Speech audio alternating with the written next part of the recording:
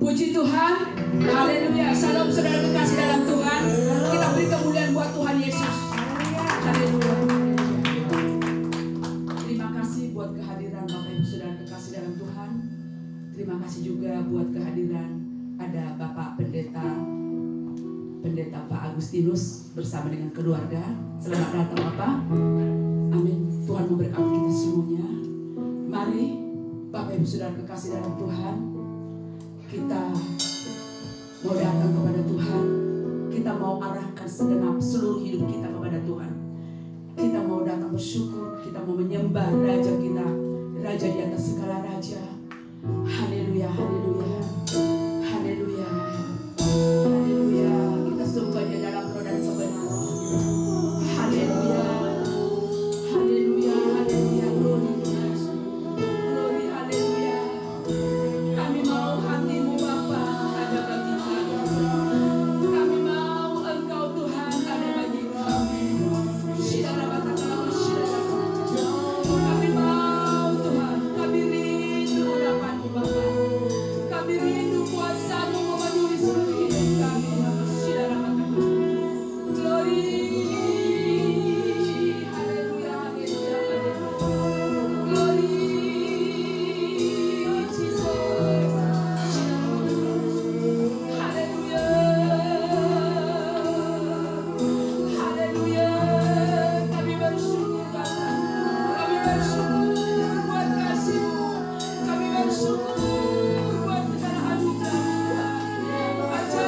ajaib dalam hidup kami. Oh haleluya, oh terpujilah Engkau ya Tuhan kami. Haleluya, Kau Bapa segalanya bagi kami. Oh Yesus, terima kasih Bapa.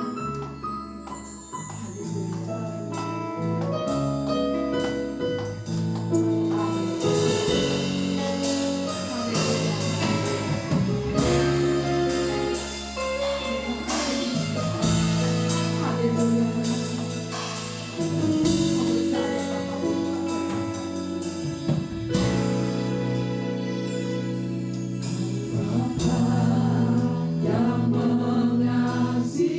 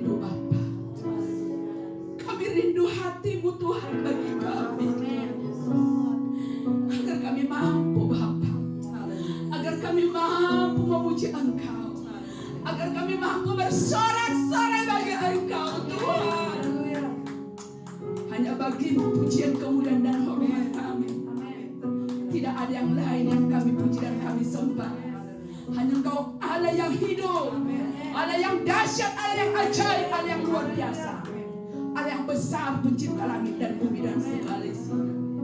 Terima kasih Bapa buat kehadiran-Mu. Siapakah kami ini Tuhan, sehingga Raja di atas segala raja ada di tengah-tengah kami saat ini. Terima kasih buat kehadiran-Mu ya Roh Kudus. Terima kasih Kau ada bagi kami. Kami boleh rasakan Bapa, kami boleh rasakan Engkau bagi kami saat ini. Terima kasih buat urapan-Mu. Terima kasih buat perawatan-Mu Tuhan. Terima kasih. Kami semua yang hadir ini Tuhan, kami yakin percaya Tuhan, kami semua dalam keadaan sehat. Amin. Semua dipulihkan. Amin. Semua ada damai sejahtera. Amin. Semua haus dan lapar untuk memuji Engkau ya Bapa. Terima kasih Tuhan. Terima kasih. Terima kasih Tuhan. Haleluya. Terpujilah Engkau Allah kami. Tuhan, kami serahkan segenap rangkaian acara ini Tuhan, dari awal, pertengahan sampai akhir. Biarlah kuasa Roh Kudus yang memimpin kami Tuhan. Terima kasih Tuhan. Bila ada Tuhan roh yang bukan berasal daripada Engkau, yang mengganggu jalannya ibadah kami saat ini, kami sehat sepakat di dalam nama Tuhan Yesus. Dalam nama Tuhan Yesus kami ikat segala pekerjaan iblis. Kami patahkan tolak dalam nama Tuhan dari bawah. Kami punya Allah yang dahsyat, Allah yang hidup, Allah yang besar ada bersama kami saat ini. Pasukan malaikat surga berkemah sekeliling tempat ini Tuhan. Terima kasih Tuhan. Terima kasih. Kami berdoa Tuhan buat hamba-Mu, Bapak Gembala kami sekeluarga yang tidak ada bersama dengan kami saat ini. Tetapi saat ini kami yakin percaya, kami sama-sama di hadapan-Mu untuk menikmati sehidangan dengan Engkau Tuhan.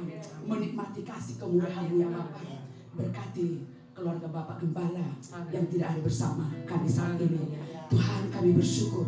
Kami bersyukur saat ini ada Bapak Pendeta Pak Agustinus Tuhan, untuk melayani kami, menyampaikan kebenaran firman bagi kami Tuhan. Mari Tuhan perlengkapi hamba-Mu ini Tuhan dengan perlengkapan surgawi, dengan kuasa-Mu yang heran dan ajaib Tuhan.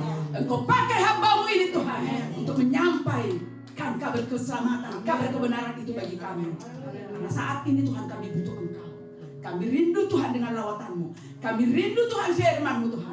Karena firman itu yang menuntun kami ke segala jalan kebenaran Bapak. Terima kasih. Ketika hamba-Mu Tuhan menyampaikan isi hati-Mu, kami mau siapkan hati kami Tuhan.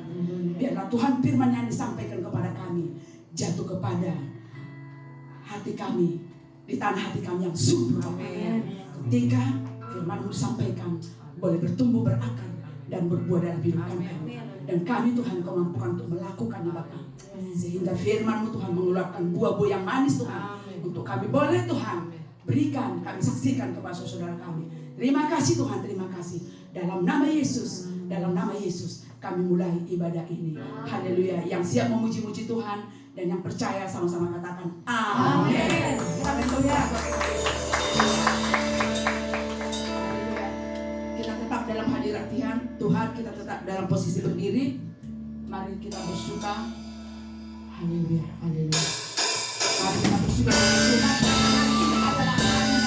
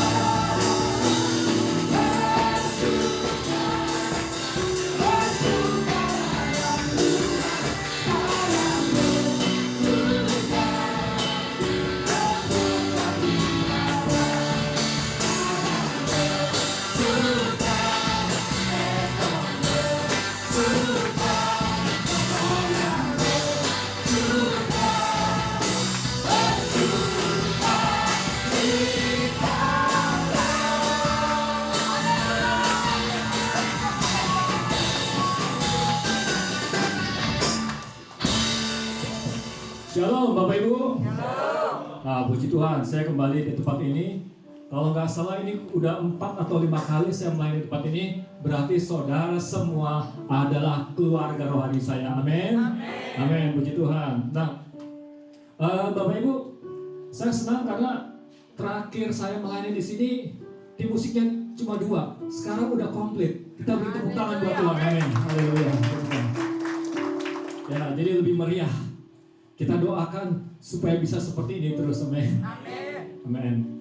Cuma kayaknya saksofon belum ada ya. Saya doakan supaya saksofon bisa ada juga. Kenapa saya bilang saksofon harus ada, Bapak Ibu? Beberapa waktu lalu, kalau nggak salah, mungkin orangnya masih hidup ya. Ada seorang hamba Tuhan di Amerika namanya Bill Driscoll. Dia ini pemain saksofon yang luar biasa. Kalau dia memainkan saksofon, banyak orang dijamah, banyak orang diubahkan. Bahkan saya dengar, saya sih belum pernah lihat rekamannya, katanya ada orang mati dibangkitkan gara-gara dengan saksofon. Saya percaya suatu ketika Bapak ini main drum, ada orang mati dibangkitkan. Amin. Haleluya. Karena itu dengarkan firman Tuhan pagi ini. Pak Edi menyampaikan kepada saya bahwa tema bulan Juli ini melekat dengan Tuhan.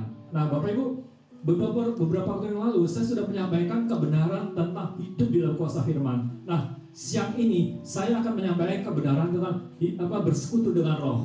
Nah, Bapak Ibu, kalau Bapak Ibu mau melekat dengan Tuhan, suka nggak suka, Bapak Ibu harus membaca dan merenungkan setiap firman Tuhan setiap hari. Amin. Yang kedua, Bapak Ibu harus bersekutu dengan Roh Kudus. Amin. Nah, selain itu saya minta izin Pak Edi, boleh nggak saya mendoakan orang sakit kalau ada yang sakit. Nah, jadi kalau ada Bapak di antara Ibu sini yang datang dalam keadaan sakit, setelah ibadah, maksudnya setelah ibadah, setelah doa penutup, kalau mau didoakan boleh ketemu saya. Mungkin saudara berkata, Pak, orang sakitnya ada di rumah. Nah, kalau saudara-saudara yang sakit ada di rumah, saudara boleh ketemu saya, bawa sapu tangan, kita doakan sama-sama. Dasar Alkitabnya di mana, Pak? Ada di Kisah Rasul 19 ayat 12. Firman Tuhan berkata, orang membuat sapu tangan dan kain yang digunakan Rasul Paulus, dan banyak orang disembuhkan, banyak orang dilepaskan. Amin. Nah, Bapak Ibu, kalau kita baca di dalam Yohanes 13 dan 17, Yohanes 13-17 ini adalah pesan yang disampaikan Tuhan Yesus sebelum Yesus ditangkap atau disalibkan. Nah, Bapak Ibu, ada 2 pesan penting yang disampaikan Tuhan Yesus. Yang pertama adalah pesan tentang saling mengasihi. Yang kedua adalah pesan tentang Roh Kudus. 2 pesan ini diulangi 2 kali. Nah, Bapak Ibu, kalau pesan ini sampai diulangi 2 kali, berarti pesan ini ada sangat-sangat penting. Yang pertama, pesan tentang saling mengasihi. Yang kedua, pesan tentang Roh Kudus. Nah, ketika saya merenungkan ayat ini, Tuhan mengajar bahwa persekutuan yang benar, persekutuan yang sehat akan membuat orang melekat dengan Tuhan. Sebaliknya, orang yang hubungan dekat dengan Tuhan akan mengasihi gerejanya. Saya nggak percaya kalau orang mengaku dekat dengan Tuhan, tapi hidupnya independen, tidak mau tertanam dalam gereja lokal. Bapak Ibu, suatu ketika saya pernah kenalan dengan seorang di Facebook. Saya bertanya, Bapak dari gereja mana? Oh, saya dari gereja Tuhan Yesus Kristus. Gereja Tuhan Yesus Kristus itu di mana ya Pak ibadahnya? Oh, maksudnya Pak, minggu pertama saya di KBDI, minggu 2 saya di GBI, minggu ketiga di Betani. Loh, itu gereja apa itu? Maksudnya semua gereja adalah gereja saya. Kelihatannya sih rohani. Ini ada contoh yang tidak dewasa, saudaraku. Anak Tuhan harus tertanam dalam gereja lokal. Amin. Memang ada banyak kekurangan, saudaraku. Tidak ada gereja yang sempurna. Ada seorang hamba Tuhan berkata, di dunia ini tidak ada gereja yang sempurna. Kalau saudara menemukan gereja yang sempurna, gereja ini jadi cacat gara-gara saudara ada di sana. Nah, jadi saudaraku, saudara cari-cari pasti akan ada kelemahannya, saudara. Nah, Tuhan mau kita sungguh-sungguh mengenal pribadi Roh Kudus. Kita buka firman Tuhan dari Yohanes 16 ayat 7. Bisa tolong dibuka Yohanes 16 ayat 7. Nah, firman Tuhan berkata, namun benar yang kukatakan ini kepadamu adalah lebih berguna bagi kamu jika aku pergi. Sebab jikalau aku tidak pergi, penghibur itu tidak akan datang kepadamu. Tetapi jikalau aku pergi, aku akan mengutus dia kepadamu. Nah, Bapak Ibu, saya kalimat terakhir itu saya coba membaca dari Alkitab versi Amplified. Di sini ditulis begini: I will send him, dalam kurung, the Holy Spirit, to you, dalam kurung, to be in close fellowship with you. Saudara, Roh Kudus ingin bersekutu dengan saudara. Amin. Sekali lagi saya katakan, Roh Kudus ingin bersekutu dengan saudara. Nah, saudara, kenapa bersekutu dengan Roh Kudus itu sangat penting? Ada beberapa hal kenapa bersekutu dengan Roh Kudus penting. Tapi sebelum masuk saya ke sana, saya mau katakan, Roh Kudus itu sangat pribadi. Amin. Nah, Bapak Ibu, coba saya mau sampai tanya kepada saudara. Untuk Bapak Ibu yang sudah menikah, seandainya sudah menikah, setiap hari bertahun-tahun istri atau suami saudara tidak pernah menyapa saudara, gimana saudaraku? Saya yakin pasti saudara stres. Saudara, seperti itu juga Tuhan, saudaraku. Seperti itu juga Roh Kudus. Roh Kudus ada di hati saudara. Bahkan firman Tuhan berkata, Roh Kudus ada di dalam saudara. Roh Kudus ingin saudara dan dia membangun hubungan yang intim dengan dia. Nah, saudara, beberapa waktu terakhir saya pernah menyampaikan firman Tuhan di sini tentang hadirat Allah. Lalu setelah itu menyampaikan firman Tuhan tentang hidup dalam firman Tuhan. Nah, kali ini saya menyampaikan firman tentang bersekutu dengan Roh Kudus. Nah, saudaraku, untuk apa kita perlu belajar ini, saudaraku? Saudara, saya mau sampaikan kepada saudara, dasar kekristenan adalah membangun hubungan dengan Tuhan. Amin. Nah, saudara, firman Tuhan berkata di kitab Kejadian 5, saudaraku. Firman Tuhan berkata, Henok hidup bergaul dengan Allah. Kalimat hidup bergaul dengan Allah sampai diulangi 2 kali. Dan kalau sampai diulangi 2 kali, itu berarti bergaul dengan Allah sangat-sangat penting. Firman Tuhan berkata, Henok tidak mengalami kematian, dia diangkat Tuhan, saudaraku. Nah, saudaraku, kita buka firman Tuhan dari 2 Korintus 13 ayat 13. Bisa dibuka untuk media. Mungkin selanjutnya lagi 2 Korintus 13 ayat 14. Nah, kasih karunia Tuhan Yesus Kristus dan kasih Allah dan persekutuan Roh Kudus menyertai kamu sekalian. Saudaraku, waktu saya membaca ayat ini, saudaraku, Tuhan mengajar kasih karunia dari Allah, kasih Allah yang berlimpah-limpah akan nyata dalam hidup kita kalau saudara dan saya bersekutu dengan Roh Kudus. Amin. Nah, saudaraku, beberapa waktu lalu saya membaca buku dari tokoh-tokoh gerakan Pentakosta masa lalu. Saudaraku, di masa lalu kebenaran yang disingkapkan itu sangat sederhana, tidak banyak seperti sekarang. Tapi saya melihat bagaimana tokoh-tokoh Pentakosta masa lalu itu dipakai Tuhan luar biasa. Sebagai contoh seperti yang disebut, saudaraku. Saudaraku, menurut yang tercatat, hamba Tuhan ini sudah dipakai Tuhan membangkitkan orang mati 23 kali, 23 orang. Itu yang tercatat. Dan dia matinya pun tanpa sakit. Dia cuma menghela nafas. Dokter duduk, enak kan saudara mati kayak gitu, saudara. Nah, saudaraku, saya coba mempelajari apa sih rahasianya hamba Tuhan ini. Hamba Tuhan ini berserah total pada Roh Kudus, saudaraku. Zaman dulu belum ada HP, belum ada TV seperti sekarang. Saudaraku, zaman dulu sumber berita adalah koran, saudaraku. Kalau ada tamu datang ke rumahnya bawa koran, dia berkata, maaf, koran itu taruh di luar. Di rumah ini hanya boleh ada Alkitab. Dan saya yakin semua saudara yang ada di sini, kalau bergaul sama dia gak ada yang betah, saudara. Mungkin termasuk saya juga. Kenapa? Karena setiap ngobrol 15 menit atau 30 menit, mohon maaf, kita baca Alkitab dulu. Baca Alkitab, oke, Kita lanjutkan ngobrol. 30 menit lagi, stop lagi. Saya yakin sebagai saudara kalau bertamu ke rumah dia bakal bete saudaraku. Tapi saudaraku, sejarah mencatat saudaraku, kuasa Tuhan begitu luar biasa dinyatakan. Banyak hamba Tuhan belajar dari hamba Tuhan ini.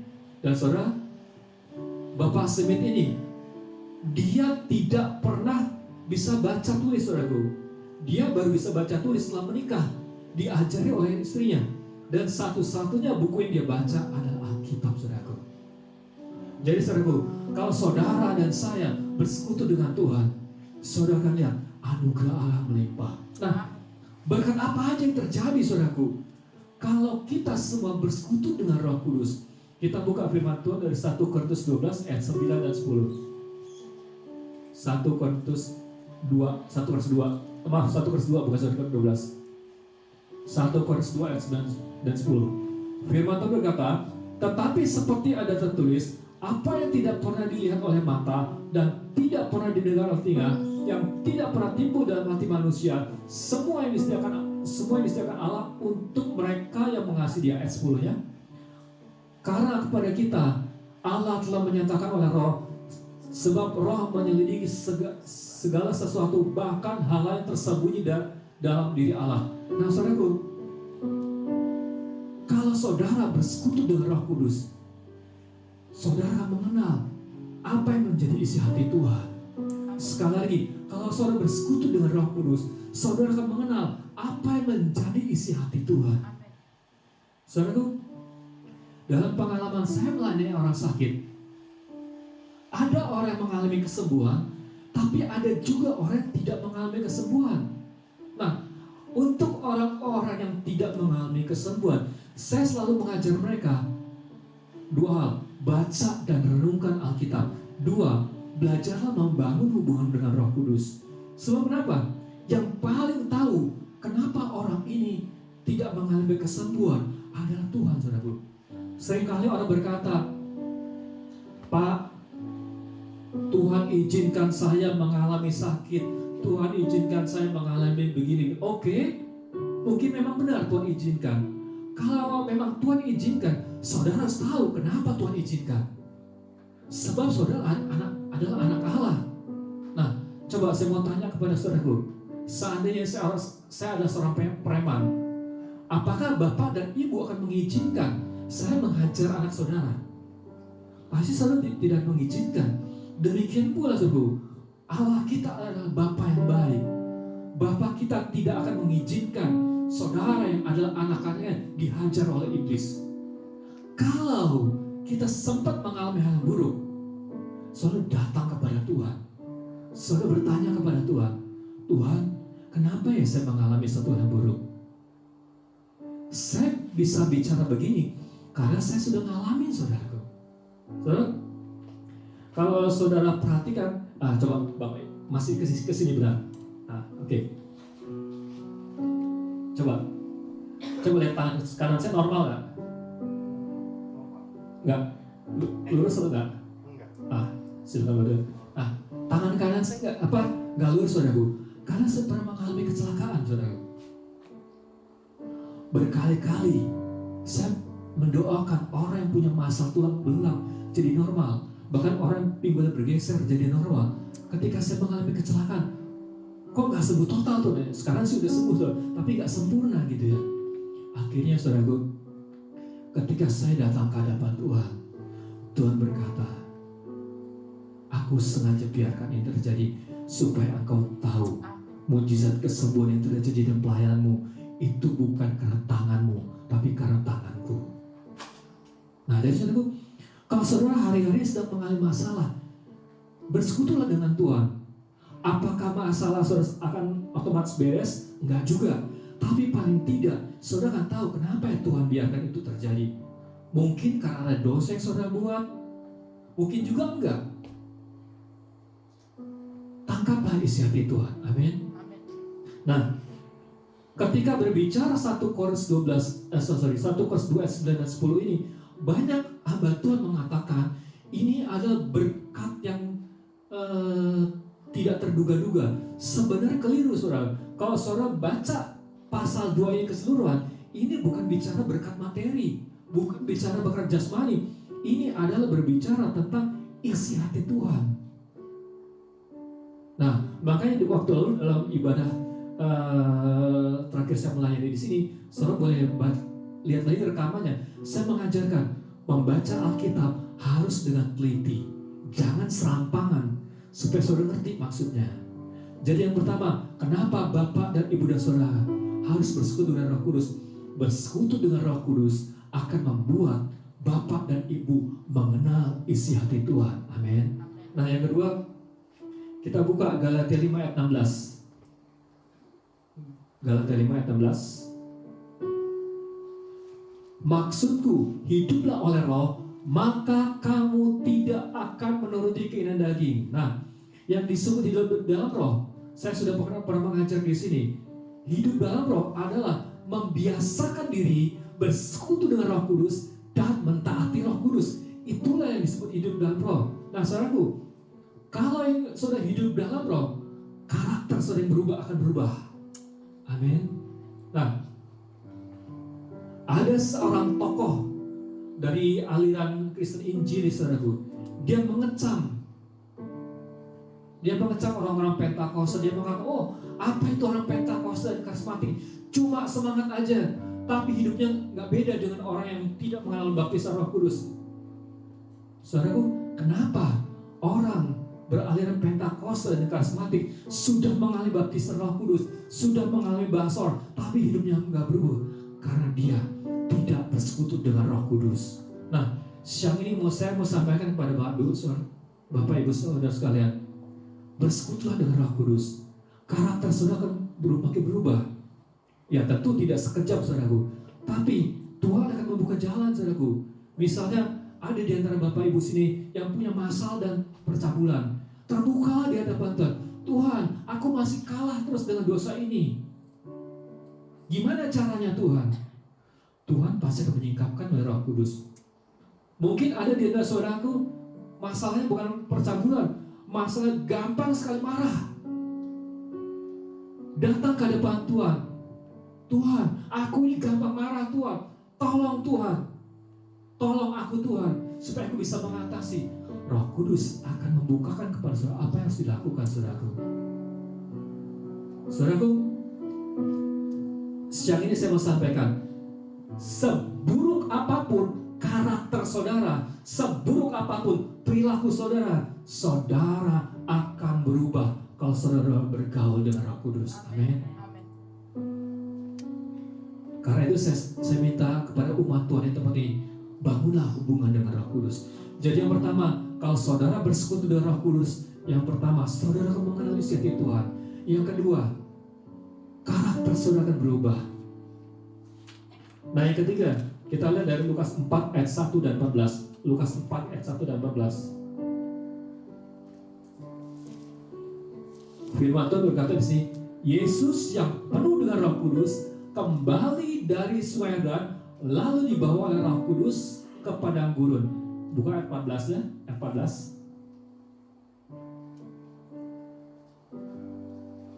Ayat 14.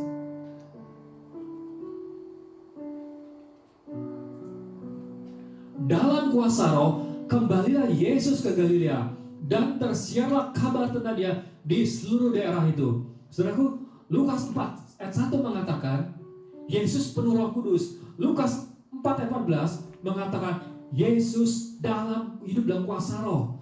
Saudaraku, ada perbedaan antara penuh dengan Roh Kudus dan hidup dalam kuasa Roh. Tuhan mau semua yang ada di sini bukan cuma penuh Roh, tapi setiap saudara yang ada di sini harus hidup di dalam kuasa Roh. Amin.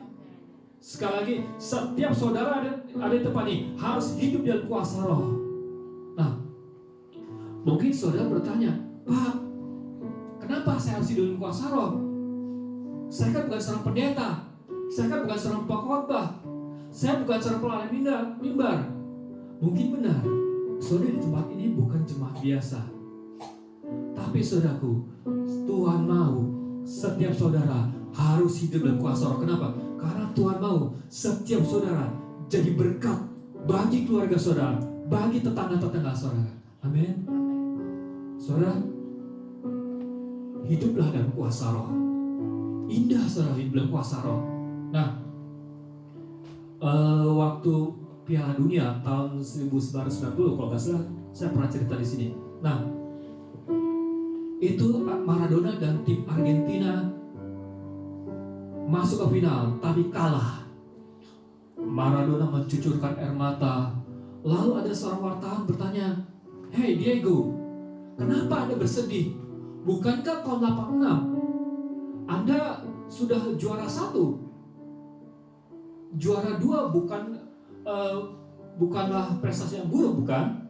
Nah, saudaraku, Diego Maradona berkata, dia tatap wartawannya, "Memang benar, runner up itu bukan hal yang buruk, tetapi ada perbedaan antara tempat pertama dan tempat kedua."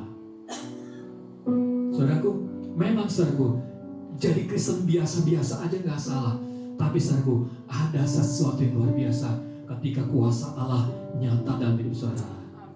Nah, mungkin saudara berkata, "Pak, itu cuma berkat-berkat rohani ya, 3 hal itu. Ada yang lain nggak?" Nah, saudaraku, walaupun tadi saya katakan, walaupun saudara bukan seorang pendeta, saudara tetap harus bersekutu dengan Roh Kudus. Saudaraku, Roh Kudus adalah Allah dan sahabat saudaraku.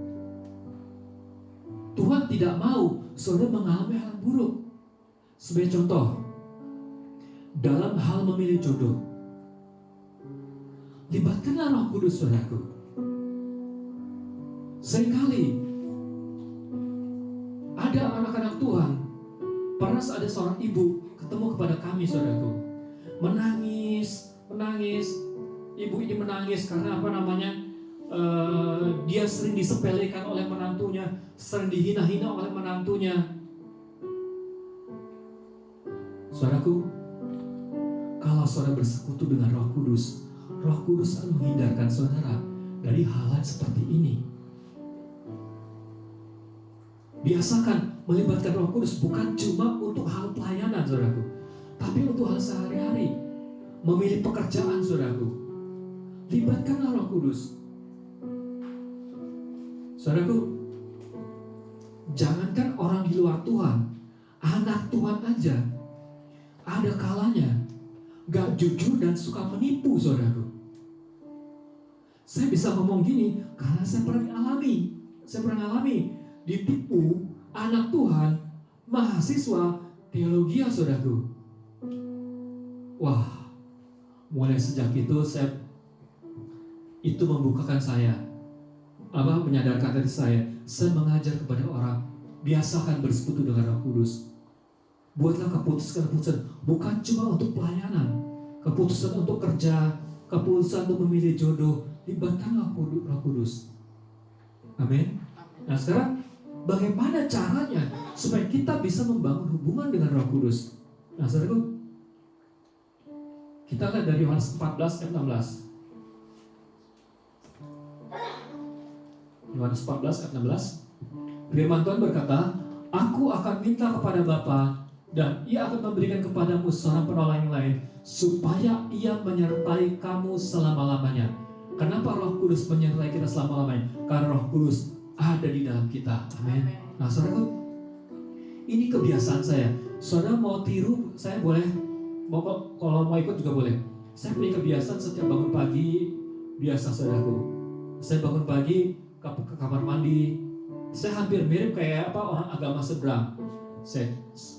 Muka saya basuh, tangan saya basuh, kaki saya siram. Kenapa? Supaya gak ngantuk saudaraku. Gak ada ayatnya di Alkitab seperti itu. Jangan sampai nanti sih, "Pak Edi kemarin pembicara tamu berkata kalau berdoa itu cuci muka." Emang ada apa ayatnya? Saya jamin gak bakal ada saudaraku. Itu cuma kebiasaan saya saudara. Kalau saudara mau ikut gak apa-apa. Nah, setelah itu saya kembali ke kamar. Saya berkata gini, "Selamat pagi Roh Kudus. Aku sangat haus dan merindukanmu. Aku mohon, tolong aku, bawa aku ke hatimu lebih dalam lagi. Tolong aku supaya aku bisa mengenal Bapa lebih dalam lagi. Dan saudaraku, semenjak saya mempraktekkan itu, kehidupan doa saya berubah. Doa saya tidak membosankan. Sebelumnya saya berdoa hanya sekedar kegiatan agamawi. Maksudnya kegiatan agamawi, agama yang berdoa, saya juga berdoa. Atau supaya kelihatan rohani. Kenapa? Karena zaman dulu ketika saya masih SMP SMA, oleh pembina rohani saya dicek saudaraku buku saat teduhnya. Ya udahlah, mau nggak mau terpaksa dia baca Alkitab, memuji menyembah. Di situ ditanya, memuji Tuhan dari jam berapa, mulai baca Alkitab jam berapa. Nah saudaraku, setelah saya belajar minta pertolongan Roh Kudus, kehidupan doa saya berubah. Amin. Nah Bapak Ibu, mintalah pertolongan Roh Kudus, pasti saudara akan bisa mengenal Dia semakin dalam.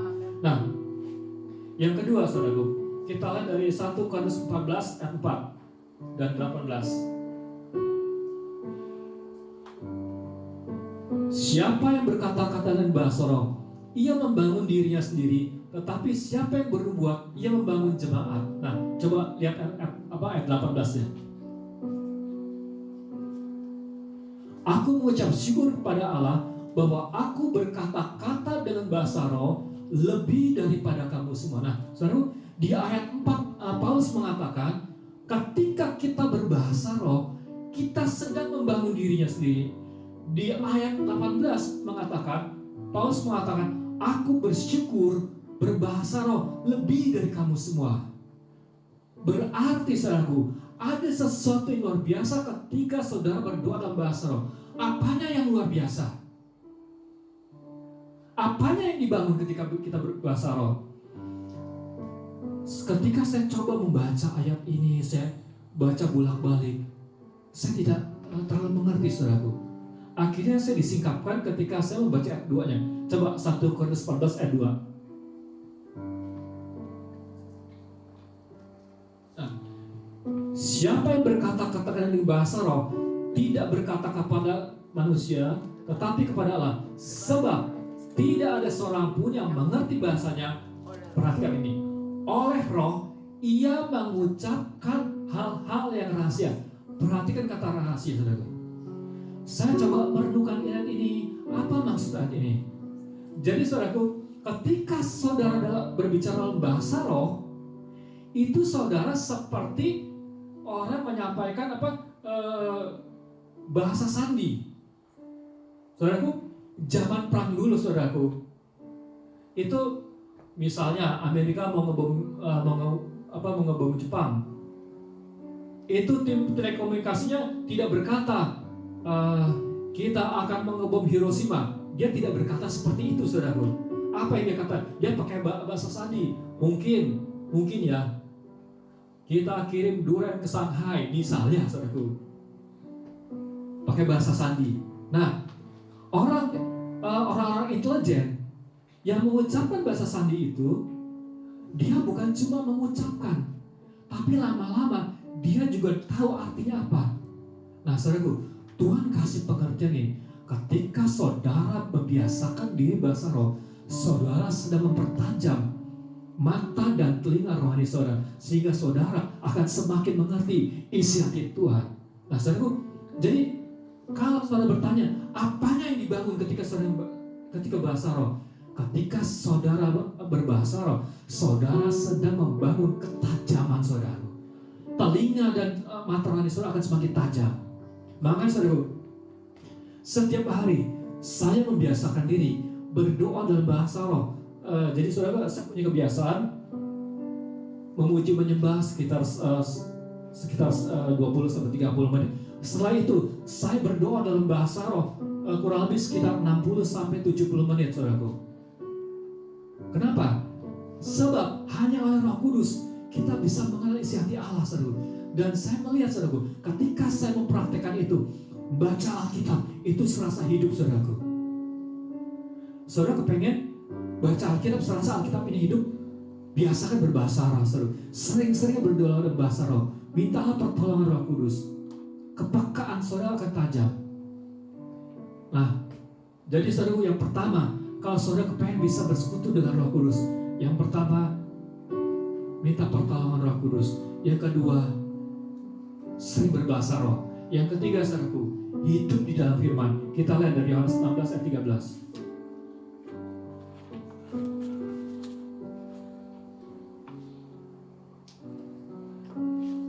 Yohanes 16 ayat 13, bukan 14.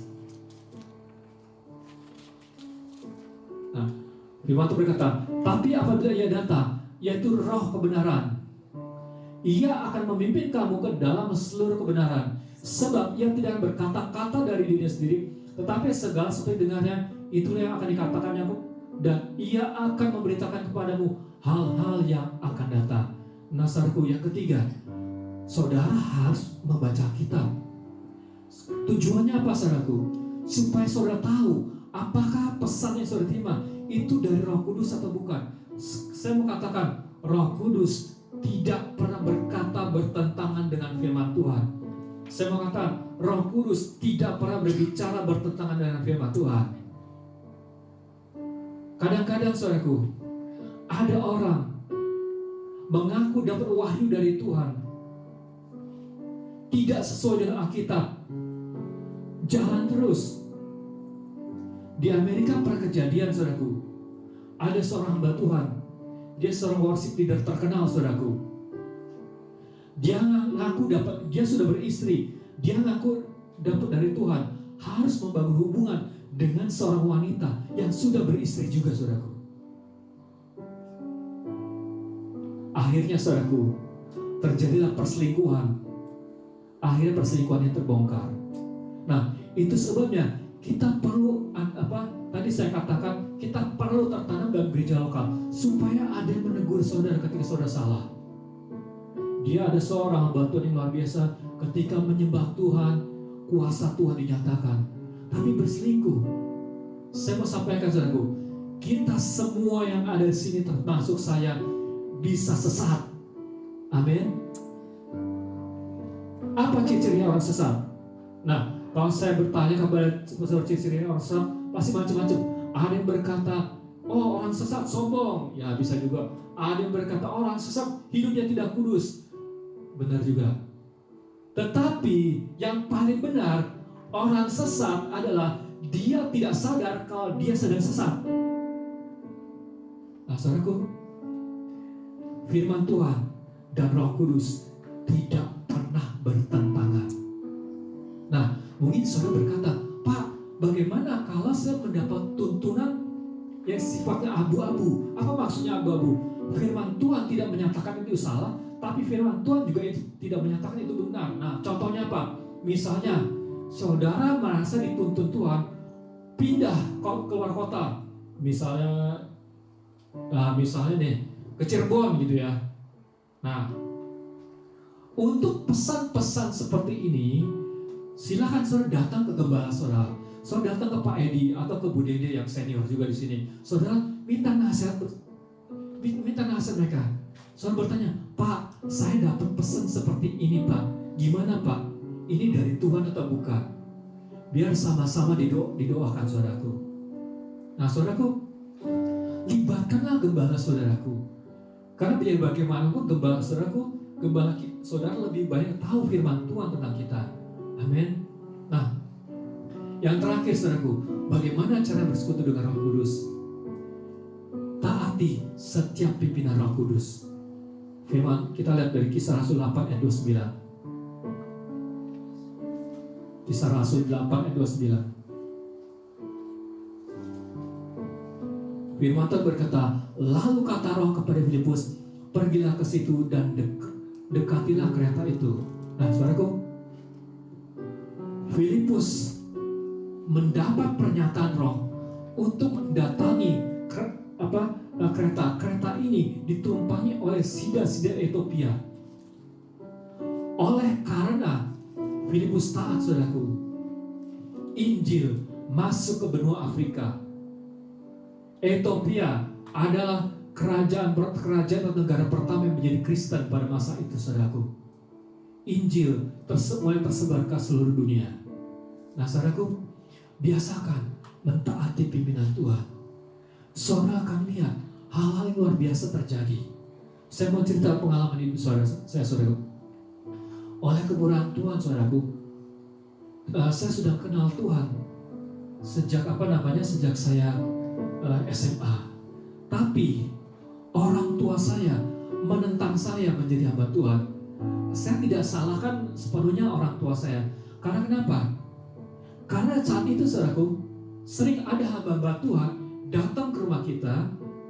Nah, berkunjung, padahal bukan satu gereja, saudaraku. Nah, berkunjung, lalu hamba Tuhan ini nggak pulang-pulang kalau udah dikasih amplop, saudara. Ya mungkin sedikit banyak orang tua saya ada trauma. Oh, berarti hamba Tuhan kerjaannya seperti ini ya. Berkunjung, baru pulang kalau dikasih amplop. Kalau nggak dikasih amplop, dapat pewahyuan lain, ngobrol sana sini, saudaraku. Makin lama ngobrolnya. Nah, saudaraku, ya singkat cerita, orang tua saya menentang saya. Padahal saya sudah berkhotbah sejak umur 16 tahun. Kalau nggak salah, umur 17 tahun, itu pertama kalinya ada orang tuli mendengar melalui kehidupan saya, saudaraku. Nah, saudaraku, singkat cerita, pada saat umur 35 tahun, saudaraku, Tuhan menyatakan kepada saya. Waktu itu saya jalan di daerah Kampung Hutan, di sana ada toko buku. Tuhan berkata kepada saya, Roh Kudus berkata, kamu datang ke toko buku itu, beli peta. Nah, saya beli peta, saudaraku. Nah, saya mendoakan kota demi kota, provinsi demi provinsi, dan setiap saya berdoa sebuah provinsi, saya berkatakan, dalam nama Tuhan Yesus, aku akan pergi ke provinsi ini. Dalam nama Yesus, aku akan pergi memberitakan Injil ke provinsi ini. Saudaraku, oleh anugerah Tuhan, Tuhan buka kesempatan kepada saya untuk memberitakan Injil ke kota-kota lain. Padahal saya tidak punya koneksi, saudaraku.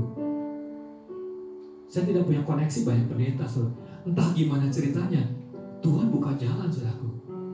Nah, saudara, kalau Bapak Ibu saudara sini mau belajar membangun hubungan dengan Tuhan, saya percaya hidup saudara akan berubah, karakter saudara akan berubah. Amin. Mari kita datang ke hadapan Tuhan, saudaraku. Kita mau sembah Tuhan. Kita mau nyanyi Rohku yang hidup. Rohku yang hidup penuhiku, mengalir dalamku. Jiwaku tenang bersamamu dalam naunganmu.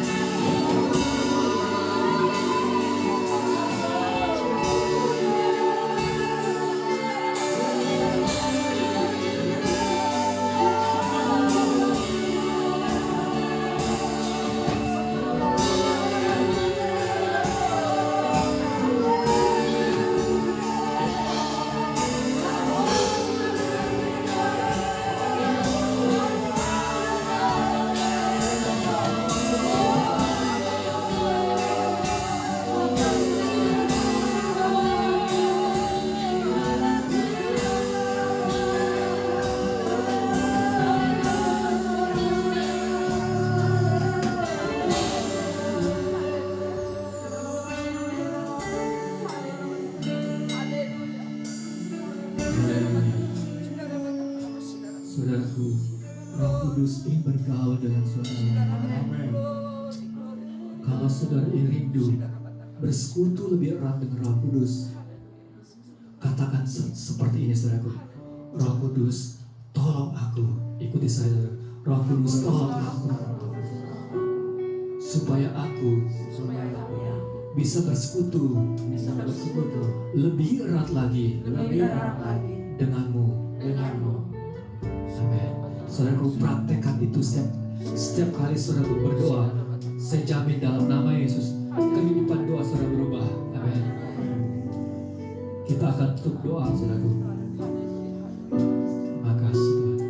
Bapak, kami bersyukur buat anugerah-Mu yang besar Tuhan. Kami bersyukur Tuhan buat ibadah siang ini Tuhan. Kami berdoa Tuhan, biarlah kuasa darah Yesus basuh setiap kami di tempat ini. Biar Roh-Mu Tuhan menjamah setiap kami Tuhan. Biarlah Tuhan umat-Mu di tempat ini boleh semakin mengasihi Engkau. Biarlah roh mengenalkan Allah turun di tempat ini Tuhan. Biarlah Tuhan hati yang takut akan Allah turun di tempat ini Tuhan. Kami juga berdoa untuk gembala di tempat ini, Pak Edi dan keluarganya. Biarlah Pak Edi dan keluarganya boleh semakin mengalami hati-Mu. Mereka boleh bisa membimbing jemaat ini hidup di dalam kehendak Allah. Semua tim yang terlibat siang hari ini Tuhan, biarlah saudara, biarlah Tuhan mereka boleh diubahkan. Mereka jadi teladan bagi umat-Mu ini Tuhan. Terima kasih Tuhan. Terima kasih Tuhan buat anugerah yang besar. Pakai gereja ini Tuhan untuk menuai pamulang Tuhan. Pakai gereja ini Tuhan untuk menuai pamulang Tuhan dalam nama Yesus. Biarlah makin banyak orang diubahkan oleh tempat ini. Biarlah makin banyak orang diselamatkan oleh gereja ini. Biarlah makin banyak orang bertobat dengan Yesus. Biarlah makin banyak orang disembuhkan. Terima kasih Tuhan. Terima kasih.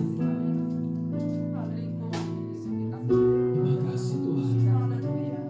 Terima kasih Tuhan. Terima kasih Tuhan. Terima kasih Tuhan.